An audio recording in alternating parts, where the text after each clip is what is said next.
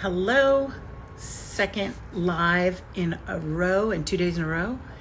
This is 52 weeks of design, and I am oh, well, there he is. Hi. Okay, wait. I'm inviting Philip Mitchell, and he has a new book, so it's very exciting. Hi. How are you? Look at your beautiful mane. I Seeing you. don't know if it's so beautiful. It's definitely long, and I'm overdue for a haircut. How are I you? love it. Hi, where are you? Are you here? I am. I'm in New York, and I'm just going to get situated so you can see me. There we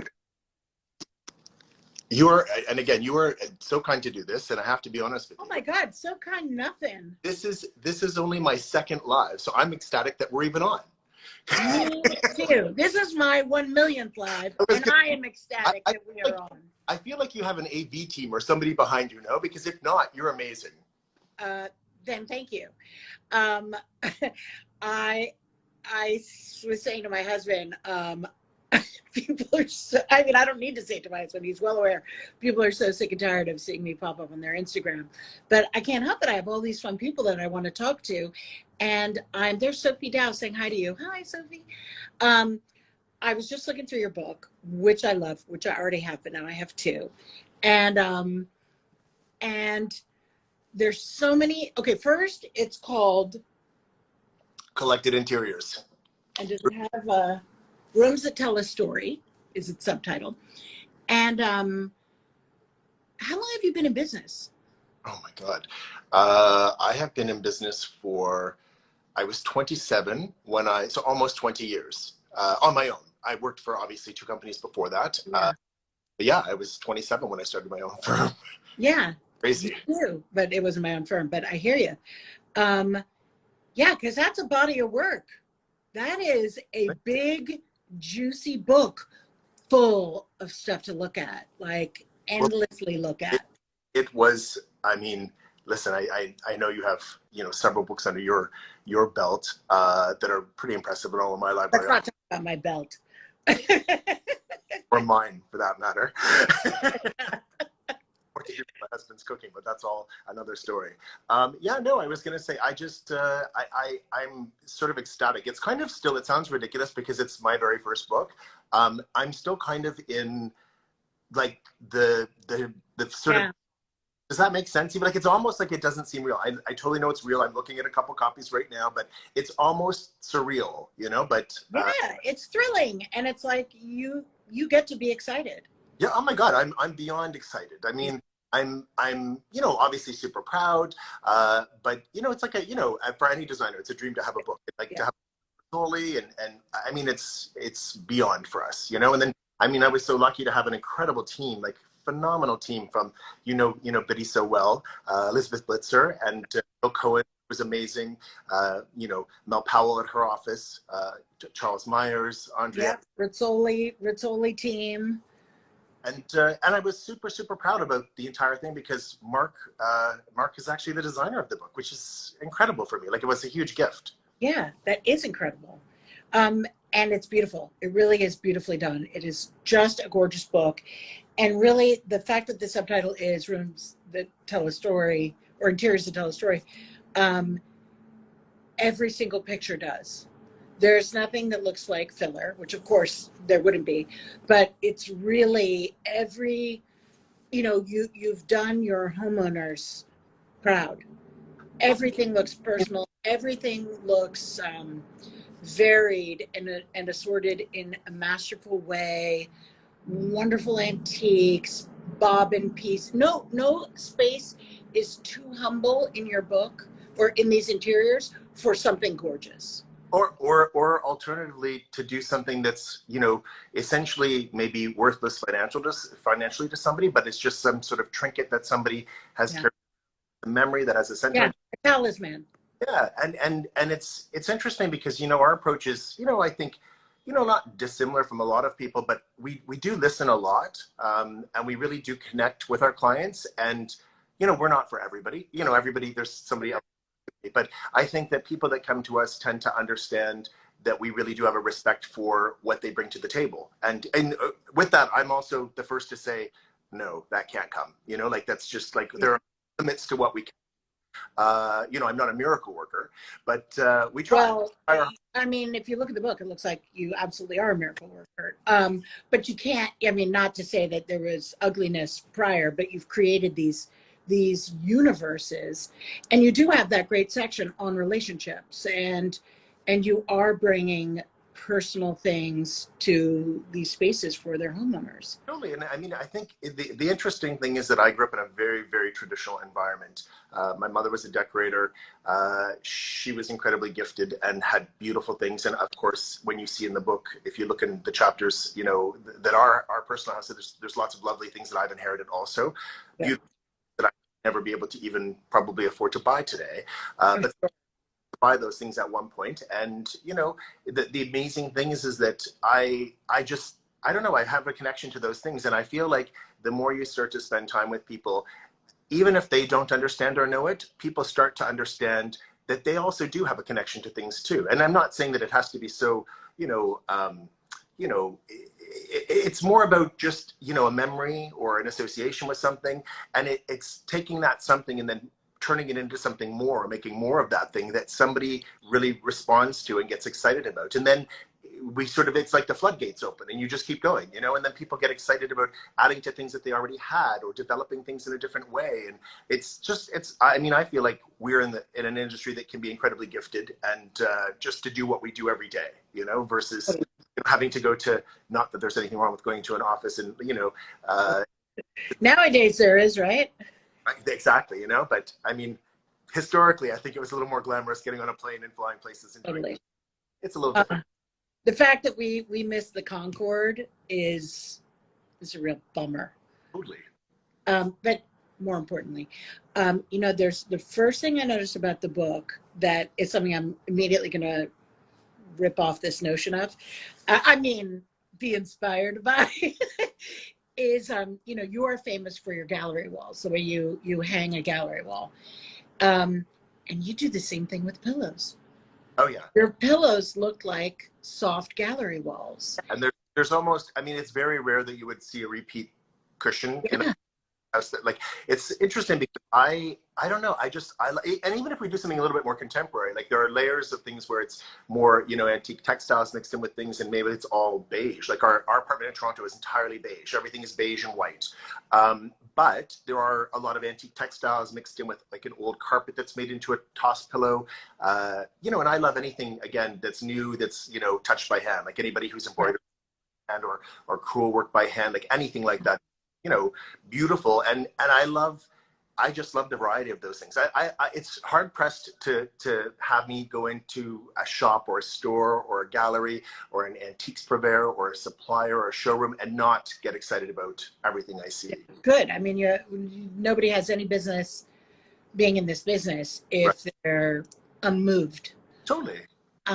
So did you learn from your mother, or did you pursue it in a school? How did you learn it? I grew up in a house where it was a little unconventional, my upbringing. When I say that, I spent, you know, my formative years as a child sort of traveling a lot with my parents. They were retired when they had me. I was a surprise. I came like 20 years after. A great surprise. Almost, yeah, big surprise. Almost 20 years after my last sibling.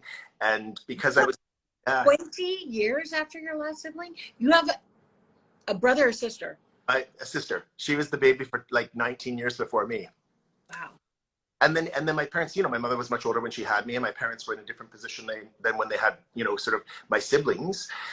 And they traveled extensively. We have a lot of family in California on the West Coast, and we used to travel back and forth between Canada and there. And they would take me out of school for periods of time, and I would, you know, do everything sort of remotely, like with a tutor and things like that. I would take me to California, and it's very Victorian. It very, but it was all I knew, you know. And so it was interesting because growing up, we grew up, I don't want to say so formally, but it definitely was more formal in retrospect, comparing it to You're California. adult. Yeah, but as a child, I remember, like, we always had beautiful table settings. I mean, we grew up, I'm sure, like, again, beautiful flowers at the table. Like, there was, you know, even if it was, you know, something very simple, it was a lot of effort was putting into how you experienced it, you know. And that sort of transferred over to my family in California also, who did the exact same thing, but on a very different sort of modern, more casual sort of feel to it. You know, everything was a little bit more contemporary, more And mid-century. is this your father's family or your mother's family? Family. Yeah. Okay, so the force is strong with your mother's family. Absolutely. Like all of my aunts had incredible houses and kept beautiful houses and entertained a lot. And, you know, family was very important to everybody in our family as well. And part of that was entertaining and inviting people into your home. And it's just through osmosis, I think, learning that. And I remember I would go to showrooms with my mother. I would go to antique places with my mother. You know, I wasn't taking notes or something. It's just, it was there, you know. I'm drawing when I was like 4 or 5 years old, you know, and I never stopped, you know, I just kept going. And yeah, so I started then, you know, down the path like everybody does in school. And then literally while I was in school, like in post-secondary school, I literally was sort of offered a great internship at a firm. I didn't tell my parents. I left school. Wait, how old are you at this point? I was like 19. Wow. And I went to school and I went to work full-time at this firm. And how did they find you? It's a long-winded story, but the long and the short of it, that's from book number 2. Okay. But the long and the short of it is I just started excelling where I was, and I moved up quickly where I was. And, you know, then I went to another firm also. And, you know, before I knew it, I had learned much more, you know, in the real world in real time than I did. Not that school is, I tell all my nieces and nephews, like, education is the number one most important thing. I mean, my biggest regret, and this is a true story, is not actually getting an actual degree. You know what I mean? Like, because I feel like it's something that I've always should have gotten, but. Right. Well, and you know, I've spoken to a bunch of people in our age range. We're kind of the last gasps of those people who did not get degrees. Right. And I mean, need one. Everybody who works in my firm has a degree. Like it's so funny that I'm the only person in my entire firm that doesn't have a degree. We're losers. Decide. But I mean, it's again, it's just, I feel like it was a different era, you know, like you got thrown into things, you know, you made mistakes, people yelled at you, you can't even do that anymore. Oh, good point. Good point. Yeah, I totally, you know, maybe in a few years you and I will go get a degree together. That would be fun. But extra time. Okay, so you started at 19. So by the time you did go out on your own, that was a long tenure. And you said you were at 2 companies? I was at 2 different companies, and it's interesting because I think that I took the best of both. Yeah, describe them without. Yeah, and so one was definitely more of a very contemporary aesthetic, very clean lines, more about the design and making a spectacular space. Second was definitely a little bit more traditional, you know, at the time. And it's interesting because, you know, coming from a super traditional, our own household growing up was so traditional that when I first was on my own and I first started out, I sort of revolted against that. And I had a very contemporary apartment. I had very minimal things in it. I really, you know, leaned towards more contemporary things. But it's interesting, as time went on, you know, I would get attracted to things. You know, I was more and more attracted to things that made me comfortable, things that made me happy, and surrounding myself with those things that told a story. And so for me, it was more about taking, you know, how those companies ran and managed things and applying that to how I run a firm. Like, I like to try to think that I took the best from both of them and how those companies ran, to try to create a firm that was also super positive and that, you know, was really encouraging and helped develop young designers in my office to come into their own, so to speak. So, yeah, I mean, definitely that's part of the point. It's not like a baton passing, like you lose the baton, but it's a baton sharing business. Absolutely. And I don't know if it was necessarily so much that way when I was first starting out, like at the firms that I was at. It was a different time. And I think there was less, you know, of that, I think it was more like mentorship, or less people were like happy for you if you went on. Well, both, probably, a little, to a degree. Okay. That, you know, I came from somewhere where it was definitely like nobody sat down and showed you how to do something. You got thrown into something, you know. Oh, yeah. And it's the learning, you know. It was also the best way, in my opinion, to learn. Like, I mean, You know, you never make another mistake when it comes to sort of like a $25,000 sofa, right? Like you do that once and you never make that mistake again. You know what I mean? Until you get to a certain age where you forget everything and you're like, that was. We try to do that, or we try to have people involved to make sure that that doesn't happen. But yeah, and I think that being thrown into that was incredible, like an incredible learning experience. But also, you know, we approach things in a very different manner. Like I really like all the people that are in my office. I like everyone to really focus on like, you know, camaraderie and a collaboration with one another. And I think that they love it also. I know they love it. This sharing, you know, of ideas and excited about things, you know, experiences also, you know, like we always look at, you know, I mean, up until 2 years ago, everything was very different and we sourced, you know, all over the place. You know, we would fly here and in fact, this is the end of this week is one of our first sourcing trips in 2 years, where a lot of my team are coming down and we're going to be sourcing for a couple of days, which is exciting. But I also like to turn it into like a fun experience to like go some interesting places, have drinks at places, eat amazing meals, because I mean, I love that anyway, but that's how I get inspired. And I want them to get inspired that way also. So let me ask you, when you do a sourcing trip, are you buying things you're just buying things? You're not getting anybody's approval? Not necessarily. I mean, you're going to showrooms and looking at models and... A combination of the two. So depending on what the project is and depending on who the project's for, when I say that, you know, we're blessed to have some amazing clients that we've had since I've started. Like it's interesting. I was just signing books in Toronto last week. And it was amazing because I'm just going through all these memories of projects where it's not just 1 or 2, it's like 4 or 5 or 6 projects. Yeah. Those are the best. Yeah, and it's just, there's this... When you just love somebody so much and you just want everything for them to be... It has to be the best it can be, and you want them to love... And it's just this mutual sort of relationship that's just, it's strong and it's nice and it makes you feel good. And anyway, it was kind of nice to feel the best out of each other. Totally. And so for certain clients, we are already pre-purchasing things because they trust us. We know what they love.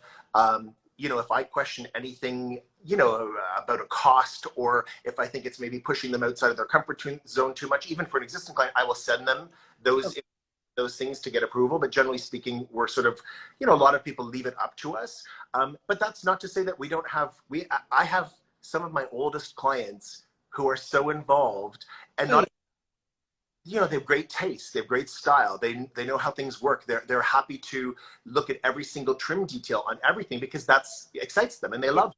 There are other people who now, you know, they realize the value of what we bring to the table and they're just like, just do it. We know we're going to be happy. We've got a place in Florida now. This is when we'd like to be in. What do you think is realistic? And batter up. Yeah.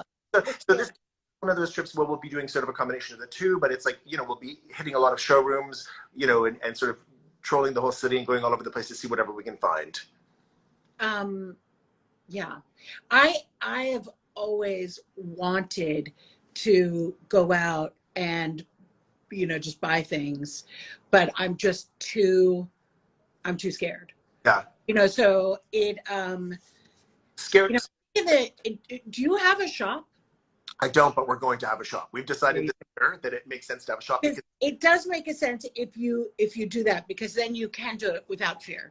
Totally. Because you know that and the reason I'm afraid of doing it is not because I don't trust my opinion. Obviously, we all trust our opinions most of the time, but it's that I sometimes fear, and not with people that you worked with forever and you have a relationship with, but I fear that some people will think, oh, you just bought this and have it lying around.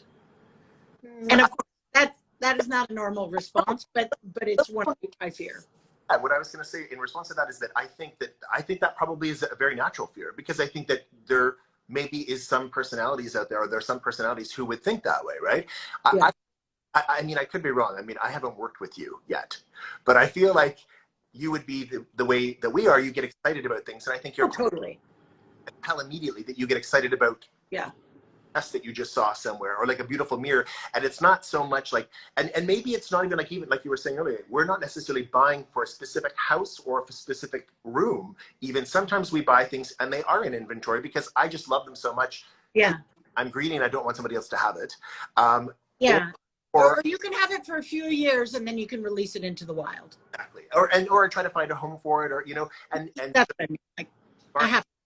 yeah, Mark has just recently said, unless we're going to buy a storage facility, we need to have a Or yeah. like it's a little bit crazy now. Um, it's good. It's good. So now you can. Well, also we need more stores, frankly. Obviously, so many have been wiped out, or people closed not because they were wiped out, but because it was in their best interest financially and for their business health. But the more we all have available to us, including the homeowners, the better. Because and when I look at your book, it's clear to me, and my father felt this way and would always say this, that the perfect client is a collector. You want to engage with somebody who has feelings about things and an appreciation, and they don't have to be, what you just said, like pedigreed, but they have to engage the owner in some way. Absolutely. And every page of your book shows that, I mean, you have a very good relationship with your clients and helping them. I mean, I wonder how you must love bumping up against collectors and being like, I'll find it for you. Absolutely. No, and the displaying it. But even people that we start to work with that we have a newer relationship that we haven't had, a 20-year relationship with, it's exciting to get them excited. And, it's, listen, I'm not one who, I'm not so young. And so at the end of the day, sure you are. I'm not looking to hold somebody's hand from scratch and try to explain the process of how it works. I often work better with somebody who's worked with a designer previously, if that makes sense. Oh, that's interesting. So I have heard it said in the past that you should never work, if you work for somebody who's had a designer, I don't think it's true anymore, but at that time that meant that they had fired that designer. Right. So you had to be careful, but now I'm not surprised when I meet people who have different designers work in different locations. Totally. And so for us also, it's more about if somebody's worked with a designer before, like, again, it's all about rapport, it's about the connection, it's all those things. And, more often than not, I'm not saying that we're so, oh my God, we get a million calls a day, but we do turn away more than we take on, just because I don't think it's fair to try to force a relationship with even no matter how incredible the project is going to be or potentially going to be, because at the end of the day, like, we all have to get along and there has to be a mutual attraction and respect there. And, there's a mindset that you have to connect with. And I think it's hard to do that. And so that's interesting. What's your interview process? Sorry? What is your interview process then? So my interview process is pretty simple. When I get really excited about, a project, depending on what it is. And again, it doesn't have to be a scale. It could be like a little shack that's going to be. It grabs you for whatever. Shack in the Cayman Islands on a little piece of property no one's ever going to go to. It also could be like, the planning of a pretty massive, sort of restoration of an estate. Mm-hmm. So depending on the project, then I like to sort of see, what the clients, number one, why they're buying that, why they're doing it, why they're building it, why they're renovating it, why they're restoring it, what about that attracted to them.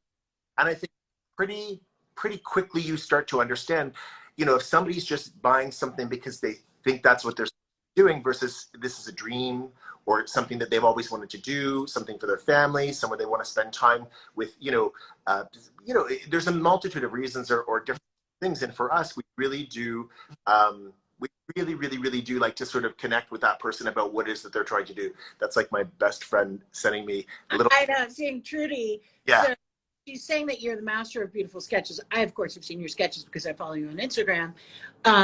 Will you throw some up on your Instagram feed for people to go and look at? Oh, absolutely. Absolutely. I mean, they can scroll through and see them because you do amazing. You do amazing sketches. Thank you very much. I was going to say, well, listen, it's all part of that visualization thing. And I think that's the biggest tool of all, to be able to sort of help somebody conceptualize something and sell them on an idea. And, there's nothing better than sitting in a meeting with somebody and doing a quick hand sketch. I mean, I'm not going to lie. I'm starting very, very, very apprehensively to do things like on a tablet and, with Which tablet? So I just have I don't even know what it is. It's like it's an Apple thing, but I was going to say it's. Because you should get a Remarkable too. So there's 3 or 4 different apps that we're trying now. When I say we're trying, that I'm trying, that the office is having me Yeah, try. yeah. We're doing a lot more online, and I mean, historically, I would just, do pen, paper, take a quick snap and send it off to the office. But there is something to be said for being able to do it like on a phone or a tablet, something really quickly. Just, it's hard to get used to for me. It's totally hard. There are two things that I've been using recently, and I haven't committed, but one of them is Remarkable. Yeah, which is And, on one of the 4 things that we're looking at also. and it's fun. And the other one is Rocket Books. Okay. And it's a book with a QR code, and you just draw with a pen. Yep. And then you take a picture of the QR code and it uploads it. Oh, okay. So you can still draw with a pen. Yeah. And it's kind of high tech, low tech, because, actually I was just reading an article yesterday saying how the pandemic and restaurants has revived the QR code with this like lapsed piece of tech has come back into prominence. But anyway, you should try that, and then you can erase the whole thing. So, I mean, in theory, you could have just one book your whole life. I'm totally going to look into that, because again, whatever makes it easier for us today to sort of those things forward. But, like I was saying, like, it's just, there's something to be able to sit in front of a client, talk about something, do a quick sketch, and for them to say, I don't know. And then you're like, oh, well, what about this? Or if they're like, well, what if the pelmet was higher on the draper? Like, and you just quick, you know what I mean? Like, and then all of a sudden somebody about pelmets. I feel like maybe like it's not so fashionable today, but I like them still. I love a pelmet. Are you kidding? No, I don't think designers have to draw at all. Oh, but as someone who can, speaking to someone who can, and I spoke to someone yesterday who can, I think there's a party trick aspect to it that reassures our clients that we are somehow designerly. Yeah, If absolutely. that makes any sense. Absolutely. I learned how to draw upside down as an even bigger party trick, because when you're sitting across from somebody, you don't even have to turn it around. You're just drawing it upside down. You. I'm so jealous. Wow. That's amazing. What we do, right? Wow. How long did it take you to do that? You know what it is? It came about from sitting across from, like, we have this big island in our office. And when we previously, like, when we were meeting on a regular basis like that, literally people would always be across from us, and, you'd be looking presentation drawings, you'd be looking, Yeah, of course. do something. And then I remember one day I was starting to draw a perspective, and then I was like, God, it would be so much faster if I just doing it their way, and I just started sort of changing the direction of where the perspective was going. And then, they're probably not as fine tuned. Yeah, I hate you. Our friendship is over. We'll have to show you how to do it. Good luck. Good luck. That is really cool. Okay, so let's talk about drawing. Let's talk about art. You obviously, again, if you look at any page in your book, whether it's a gallery wall or just a single piece of artwork, you are very, art is clearly enormously, it's not important to anybody, I hope, but it really speaks to you, and you have a great handle on it, and you love art of all different stripes. So talk to me. That's a big open-ended, like, come at it any way we want. You know what it is? It really comes about from, again, I grew up with very traditional art. Like, the artwork in our house was very traditional. A number of the pieces, as I mentioned before, we have. Mark's taste is very, very traditional. Like, his tastes really lead to more of the traditional. Like, if we could have, just one more dreary seascape, he'd be happy. You know what I mean? Like, and that's You're what dissing Mark. it's just the truth, and he knows this. And so for myself at the same time, like, he would say to me, because Mark is super talented also. Is Turner a dreary landscape? To me, a little. Okay, all right, okay. They're not like happy. They're not happy paintings. I have an appreciation for them. Don't get me wrong. But if I show him something that's super contemporary and crazy and abstract, he's like, "Oh, I can do that, right?" And I'm like, "Yeah, that's not the point. Like, you're not Cy Twombly. You're not like." Oh yeah. Well, didn't we all go through that? Didn't you go through that when you were a kid? No, I don't think that I never thought of myself as, an artist or particular. I can paint. No. In the trying to reconcile the fact that something looked easy to do and worth what something like market value is. No. I mean, who knows market value when you're 10? But looking at a Picasso and being like, what is this about? I can draw this, and knowing that you need it explained. I don't think that I ever looked at art that way. I'm going to be honest. I think that Yeah. I've always been attracted to things, and Yeah. whether a line drawing or it was something that was more abstract, or again, we have lots of traditional things, and I've even purchased traditional things with Mark while we've been together, but I, generally speaking, am attracted to contemporary artists. I'm really into collecting female artists at the moment. Yeah, I just think that they were undervalued for such a long time, and I think that now is the time that they should. That sounds like you're using the past tense. Is that? Yeah, well, I'm trying to be, what is the word that I use now? I try to be stubbornly optimistic. Yeah. Because I think that, change is always around us, and obviously it's never fast enough. We all know that, right? But, we can, my little part, I can direct clients to look at things that I think are of value or were undervalued, but should be sort of moving forward. And, when people ask my opinion, I give it, but I really do. I wonder in what part of the crosshairs supporting gendered artwork is, if we are to move away from, here you are trying to support female artists. I'm thinking out loud, just like reading about the Independent Film Awards or the Gotham Awards yesterday, and they're no longer giving Best Actor, Best Actress. They're only giving Word. Yeah. Yeah, and I think it's great, and I have to be careful with what I'm going to say. Yeah, no, like, will there be a post-gendered moment in art? Yeah, and I think that there will be, and they're like everything, but I think, I think that, until, and this is just the truth, until the art world in totality, and I mean from galleries to museums to whatever, are not controlled by old white men. Yeah.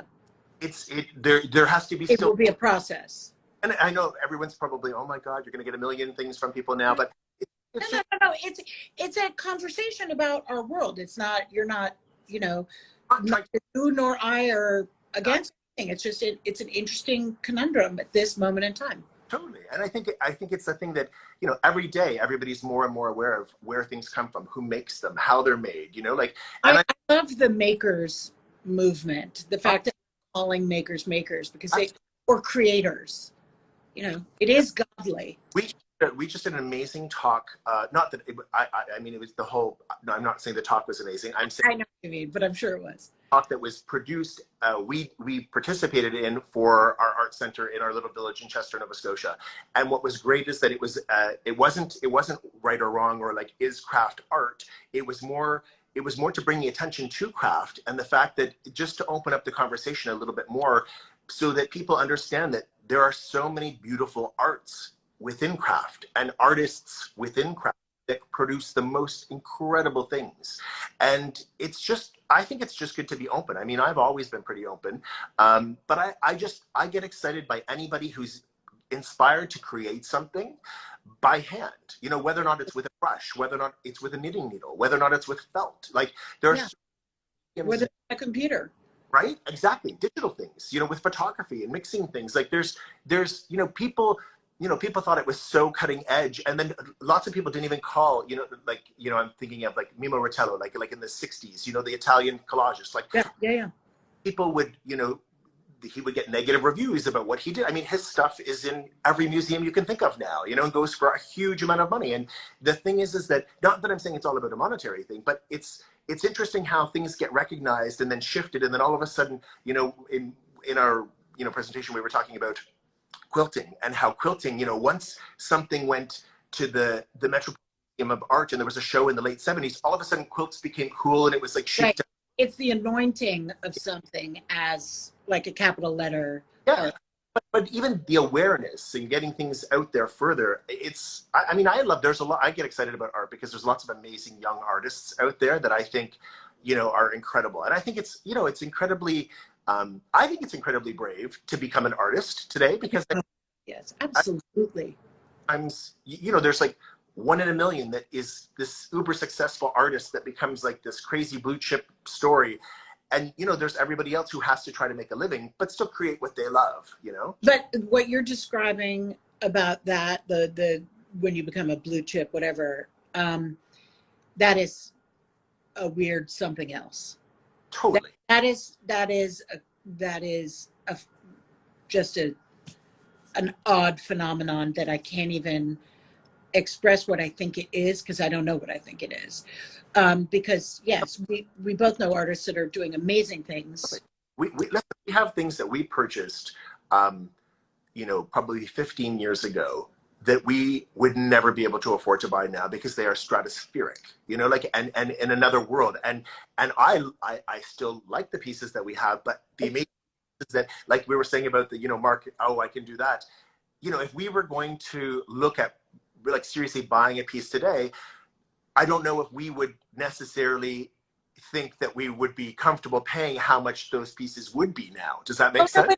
And I would never buy anything with the art with the idea of selling it in my head. And I'm not buying it to sell it. I'm buying it to have it, to look at it. Exactly. But you know what, also things change over time, and people evolve, and some Right. I just had Celia over here before we got on the phone, and she's I know so talented. And as you know, I'm a huge fan of hers, and we were looking around the room where something of hers is coming in and something else is going out, and then some obelisks are going out and some Ashley Hicks paintings are coming in. And so in that regard, yes, things come and go, but it's not to be sold in my imagination. No. And listen, I'm the same also. I at the same time, though, I will buy things, and this is going to sound so crazy. I will buy things for where I anticipate in my imaginary world, my fictitious next house. Your fantasy life. Yeah. We have this amazing, I'm super excited about. We're designing a really crazy modernist, brutalist glass box concrete house for where in Canada? In Canada, and we're super excited because it's going to be very, very different than what we have at the moment. But what topography is going to be embracing it? So it's going to be on the ocean. The environment is going to be very harsh where it's going. Yeah. But it's going to be, the idea is that we're not looking to design it to be like a statement piece. It's more about, sort of the environment. And I, my experiential. Totally. Every room. I want everything to be sort of like sensorial. You walk through the house and everything will be like a moment. But I also want to have like a beautiful Baroque chest with a chunky marble top with like a rock crystal lamp on it next to a super contemporary piece of art.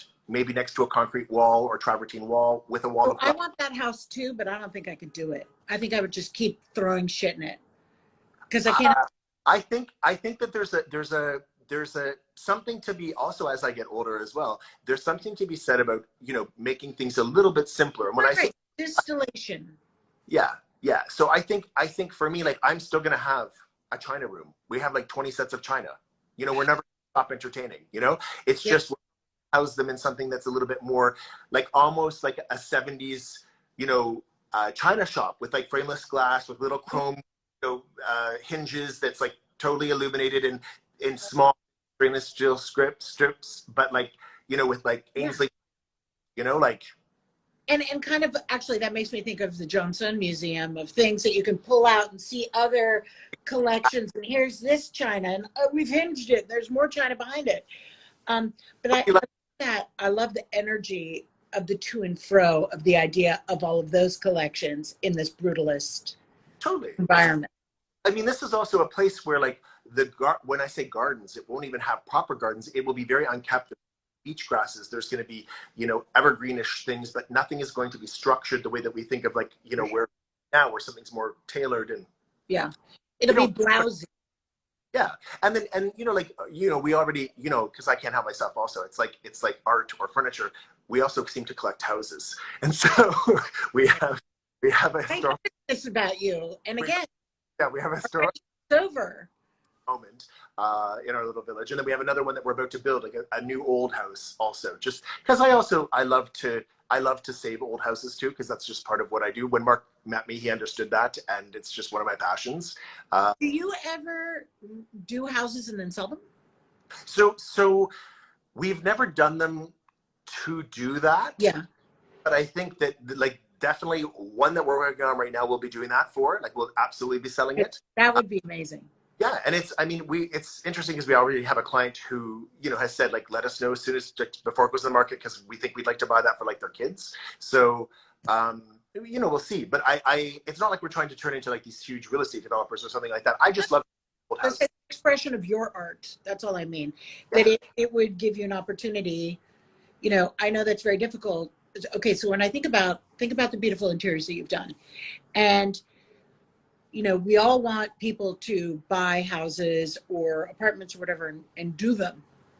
But in some cases, it means undoing beautiful work that has been there. I once had to do a Billy Baldwin space over, and I did expect to be struck by lightning.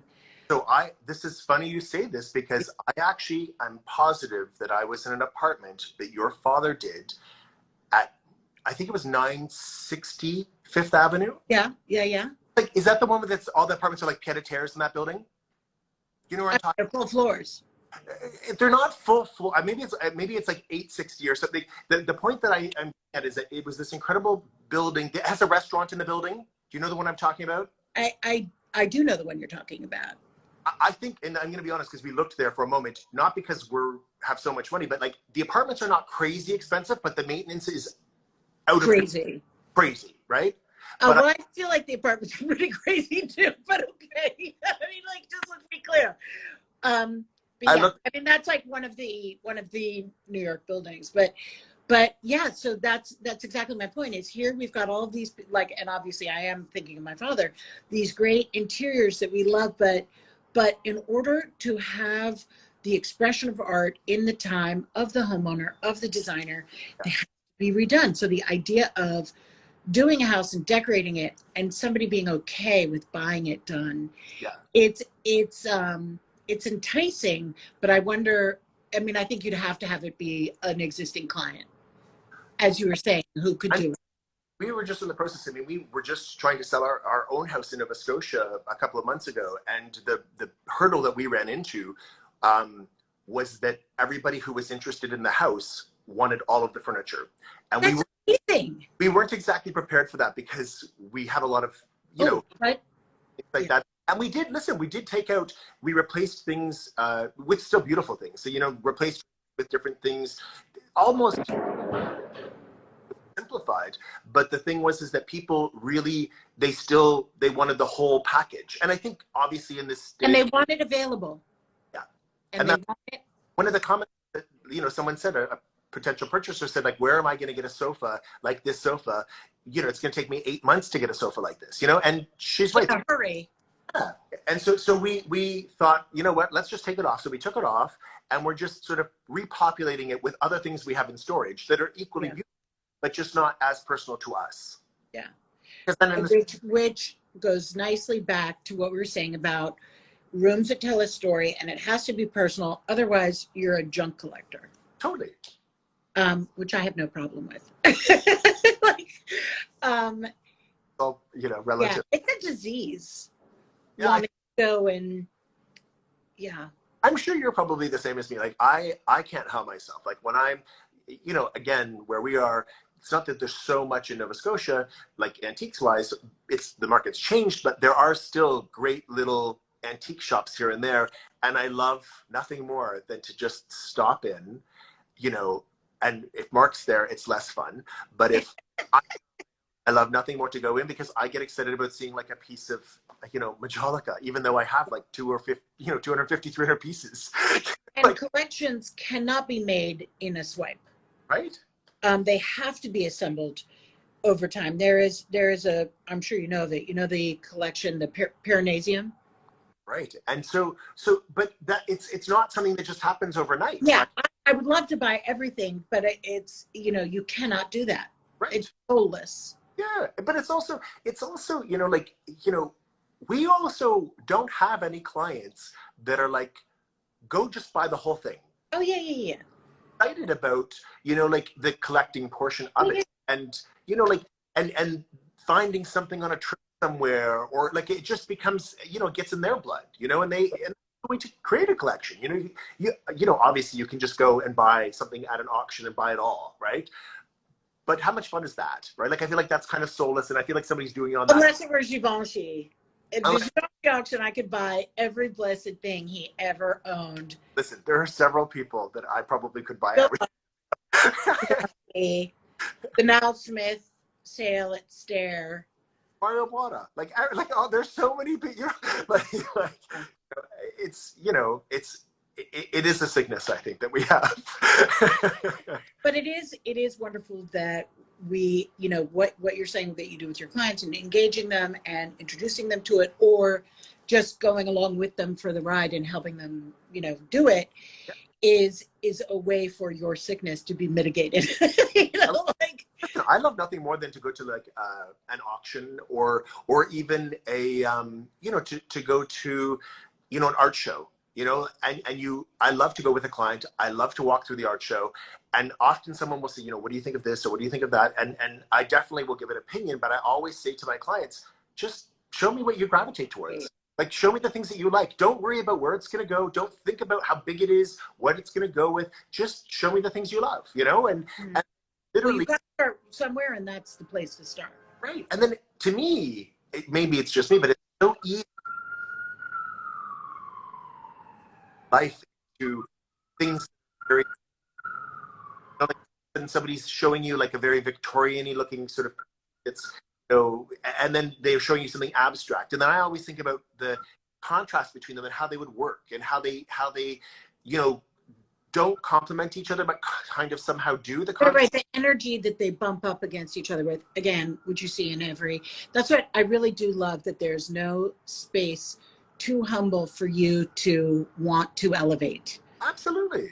And you did, in one particularly notable picture, because it was over an incredible end table designed by somebody. You had a pendant, like, I mean, a chandelier, pendant, not chandelier, over a bedside table. And I was like, that's so cool. There's a lot of whimsy, but not in the, but like profound whimsy. If let's coin a new term, profound whimsy.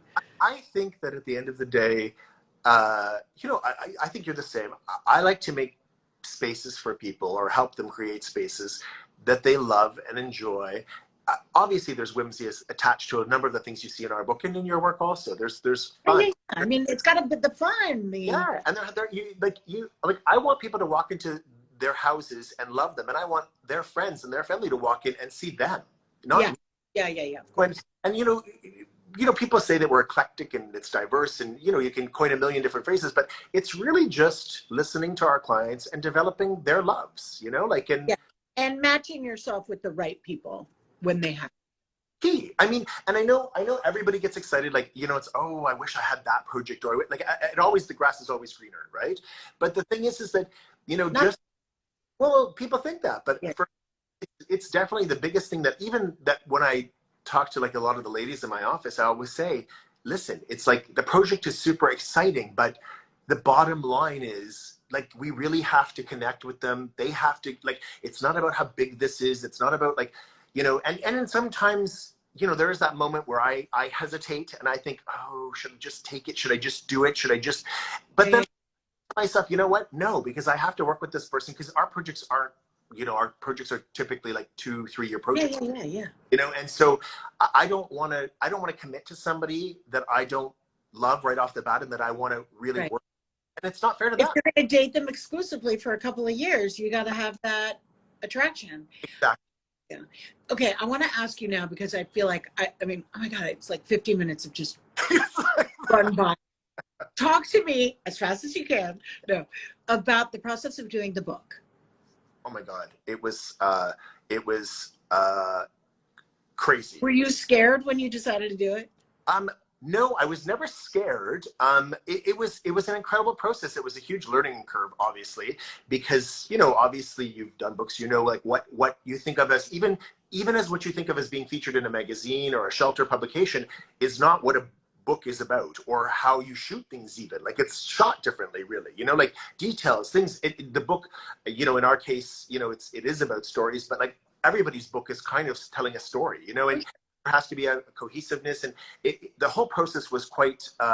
It was a huge learning curve for us, but we had an amazing team, and it was interesting because, you know, I think we were lucky, and I was super, super blessed to have Mark being the designer, because Oh, God, yes. years during COVID, we sat across from each other where he'd say, "What do you think of this? What do you think of that?" So it's like everything was like pre-edited by me, and what was great is because we sort of work well with each other. He'll be like, "Look, I know what I hope so. yeah." He would say like, "What about this?" or "What about that?" And he would push me outside of my comfort zone. It's amazing. I mean, I can't help but say, like, I mean, a lot of what you see in this book, like the way that it feels, the way that it looks, is very much Mark. You know, like he really has pushed it to be the most incredible book that it can be. You know, like with working with the work and the projects, and you know, and also Is he sitting right next to you? he's not. He's actually out for lunch. Yeah, like, yeah, Yeah, it's like the gun to the head, like, it's all about Mark. I love it. but the thing is that he also knows all of the people intimately that are in the book. You know, like all of our clients, all of those people. And so it was super special to do that. But it, you know, it was different because, you know, we started, and I always laugh because Jill, when we started, we got our book deal right, like say December before February of COVID, right? So And 2018. started, and you know, Judith Nasser was amazing. We worked with for the writing. And as we started the process, you know, like everybody else, you know, you have these meetings with everybody, you brainstorm about the concept about what's going on, and then all of a sudden, crash! Everything came to a halt, and there was no in-person meetings anymore. Everything Have was. you had all of your photography done already? Thank God. Like, so, and we've worked with Annie for a long time. Yeah. So the show could go on. Oh yeah, the show could totally go on. I mean, obviously, I'm sitting here with my book. Yeah. And we had a lot of material, which was amazing. But, you know, again, for anybody that's about to sort of start on this, if they haven't done it before, like any other designers who are thinking about it or whatever, I mean, it's a huge commitment. You have to have the right team, not just like a client. Everybody has to fit properly, and you have to work well together. You know, you have to have a publisher who wants to publish what you do. Yeah. And that's, you know, you shop it around, you figure out who's the best fit, all those kinds of things. Yeah. And then you just put all the work and the effort into it. And So, though I do think, I will add to that, no matter how great the team is, nobody's going to care more than you. Absolutely. So you have to do whatever it takes. Like if you think Somebody else. this is good enough, Yeah. it's not good enough. You're going to be the harshest critic. One hopes. And I think also you need to not just inspire your team, but you need to get a team also that's going to push you to a degree, I think. You know, like you need somebody who's going to say, look, like I know this is what you're used to doing, but this is what the publisher wants, you know, like, and try to think about how we move this forward. How do we combine the two? Because there's also, listen, you know, there's lots of compromise in a book also. Like you may think like we had 11 or 12 projects, of which we had to whittle it down to a certain amount. And even though they couldn't all go in the book, right? Like there, you know, I was kind of, you know, it's a big book. It's a huge book, a huge book. Yeah. You know, we thought maybe the chapters would be smaller and that there would be less images of the projects and there would be more projects, but I'm so glad it's the size it is, because it's really, the one thing that has not, in this era of the Amazon and all of the distress people are having about books, the one arena in which publishing has not suffered is our arena. And I am so glad for it. Agreed. Like there's nothing to me, well, you're probably the same. Like I have every single designer's book on my shelf, contemporary, traditional, anybody past, because it's the best exposure and learning tool and inspiration you have. Well, and I inherited a wonderful office library, and then I've just been like buying 2 of every book. One for the office, but now I have no space now. Yeah. I'll figure it out. And listen, we're there as well, because I had for a moment now, like a copy at the office, a copy in Nova Scotia, and a copy we used to have. So it's like now we've got like all those third copies, but we are just sort of donating a whole bunch of them to a design school also. But the design schools don't really want the books so much at the moment. You know what we need to do is we need a place in New York that is for all of our books, and it's a design library for our fellow designers that they can come and have a meeting and do research, but they can't leave with the book. Go and take photos. They can scan it. Yeah. I agree. That's an idea. I think you should buy it, and I'll bring the books. Perfect. I have lots of books to bring too. Yeah. Are you doing a big book tour? Well, I mean, granted. So tours are different today, and we're from away. So it's a little bit more complex for us. We are tomorrow. And there's always an away game with book parties and stuff. Anyway, there's something to be said. I mean, there's an amazing response that we've had from digital things or things like this, or online interviews, or I did a great talk for Nantucket Design Week, which is fantastic. Yeah.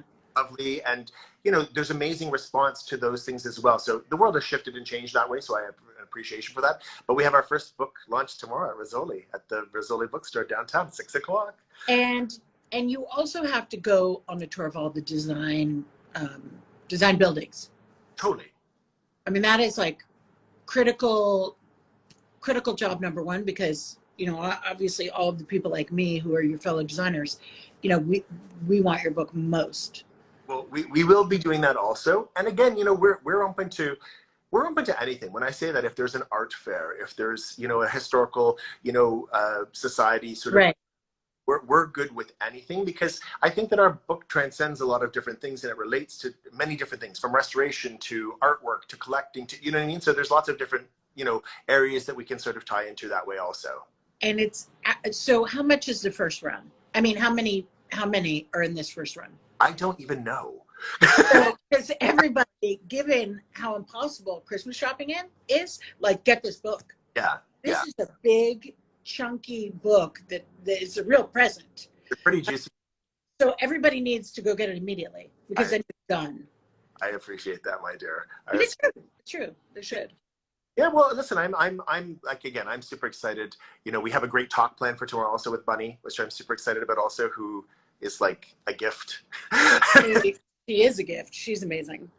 She's really remarkable. She is, she is this person that, was, in my mind's eye of what she was. This is years ago before I even knew her. I remember, studying her work and getting excited about it. And then to meet her, and then to befriend her, and then her to sort of turn into it sounds ridiculous and cheesy, but she knows this, like a mentor.